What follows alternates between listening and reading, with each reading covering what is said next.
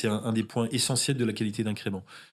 Nous, systématiquement, on sépare les cuvées et les tailles, ce qui paraît assez évident en Champagne. Donc, ce que je rappelle, les cuvées et les tailles, en fait, c'est que on met un raisin dans le pressoir, ok. Mmh. On presse et les jus sortent du pressoir.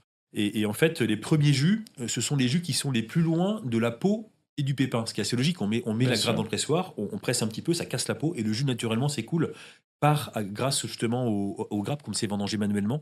C'est ça la grande force justement du crément et c'est la vendange manuelle qui permet au jus de se drainer via la rafle dans le pressoir. D'accord. Donc le jus s'écoule simplement et ce jus qui est le plus loin de la peau et le plus loin des pépins, et bien naturellement, il est plus neutre.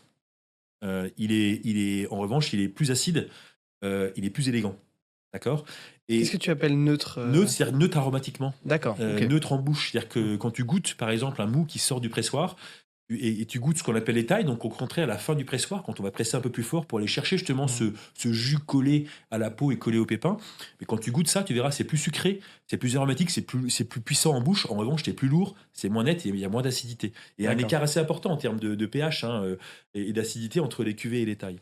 Donc ça, c'est hyper important. Quand on veut faire une grande bulle, eh bien, il faut avoir initialement les vins les plus neutres et les plus élégants possibles.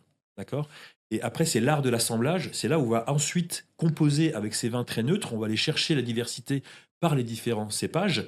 Donc ici, le chenin, le chardonnay et le cabernet franc. D'accord. Et ces trois cépages assemblés, ensuite, on va les mettre en cave, les mettre en bouteille. Mmh. Et c'est la seconde fermentation et le contact avec les lits qui va donner la profondeur.